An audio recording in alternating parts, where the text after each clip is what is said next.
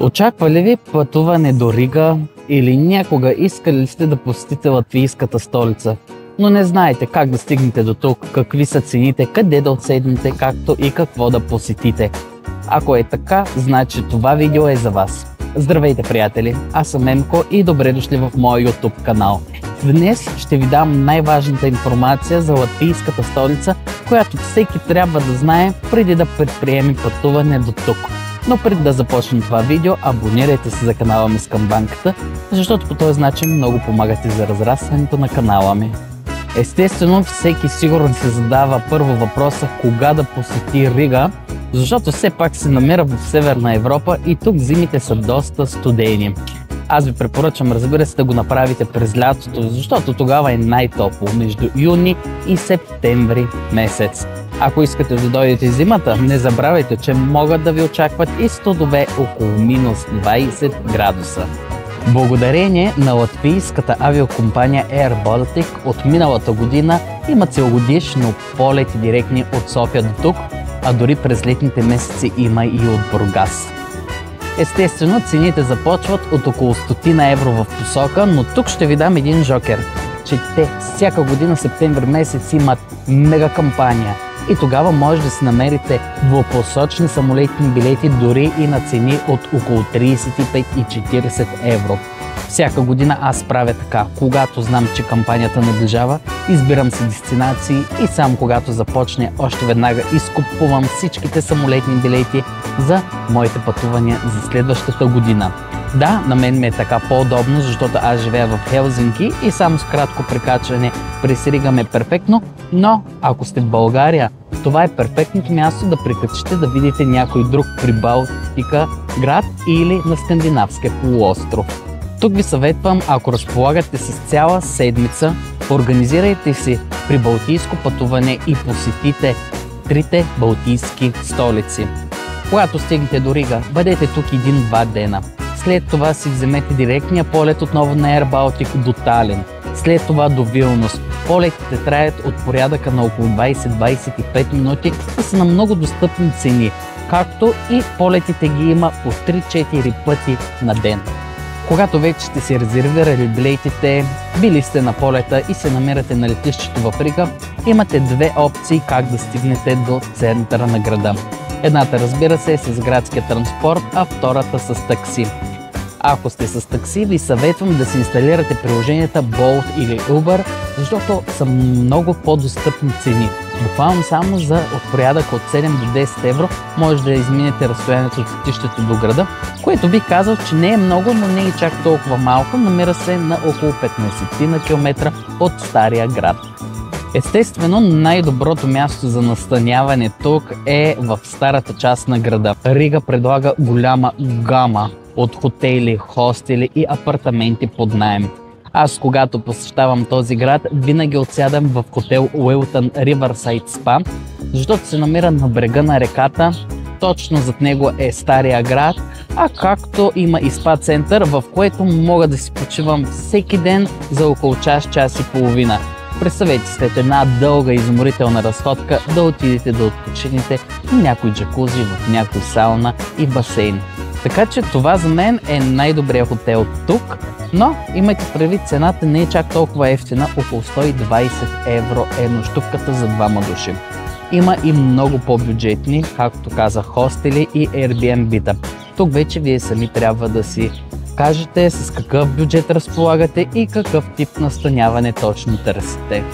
Във всичките прибалтийски страни цените горе-долу са еднакви. Единствено в Естония могат да бъдат само една идея по-високи, защото и там стандарта на живота е малко по-висок. Но иначе в Рига, ако искате да обядвате някъде навън, през седмицата предлагат обедни менюта на цени от около 7 евро. Иначе, ако не отидете на обедно меню, ами в стандартен ресторант, горе-долу около 10 на 15 евро може да се нахраните. Вече, ако искате да излезете за вечеря, там цените са горе-долу около 25 евро, примерно някакво ястие с бира или чаша вино. Аз даже посетих един много интересен традиционен ресторант, в предния влог го имаше, може да го изгледате, който е автентичен с много старинна храна. Там примерно с двама души обяд с чаша вино и бира ни излезе 56 евро, но пак казвам, той просто е автентичен и там цените естествено са много по-високи. В центъра има множество кафенета, барове, ресторанти. Примерно едно кафе тук струва около 3 евро, бирата е около 5, чаша вино между 6 и 8 евро.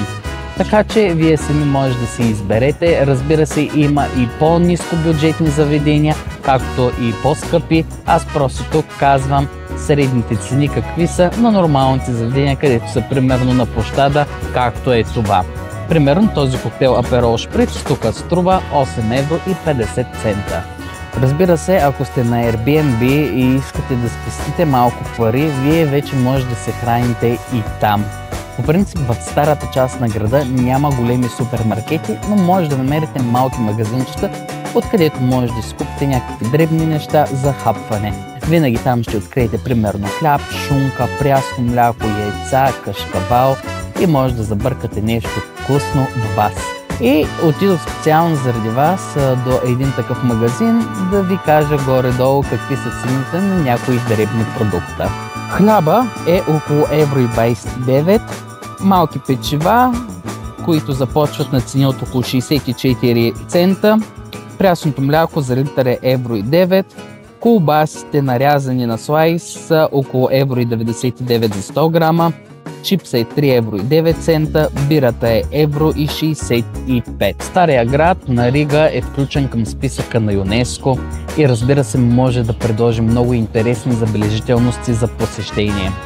Аз примерно миналата година, когато бях тук, посетих две от основните катедрали, които наистина са много красиви и различни. Също така е пълно с музеи, а една от най-интересните забележителности за мен, това беше къщата на черноглавите. Ако искате да видите видео с интересни забележителности, вижте в канала ми от миналата година, които съм правил тук. Аз тази година си казах, по забележителности няма да ходя, аз искам да се изгубя без карта в малките улички на Стария град. Наистина може много да предложи този град, защото има толкова много детайли. Той е много романтичен град, много по-различен примерно отколкото градовете са в Южна Европа. Така че тук ви съветвам и изгледайте и предното видео, което качих миналата седмица от латвийската столица. Ако вече сте с малки деца или пък ако сте големи, но обичате да посещавате зоологически градини, Ришката е много интересна. Тя се намира на около 7-8 минути път с такси.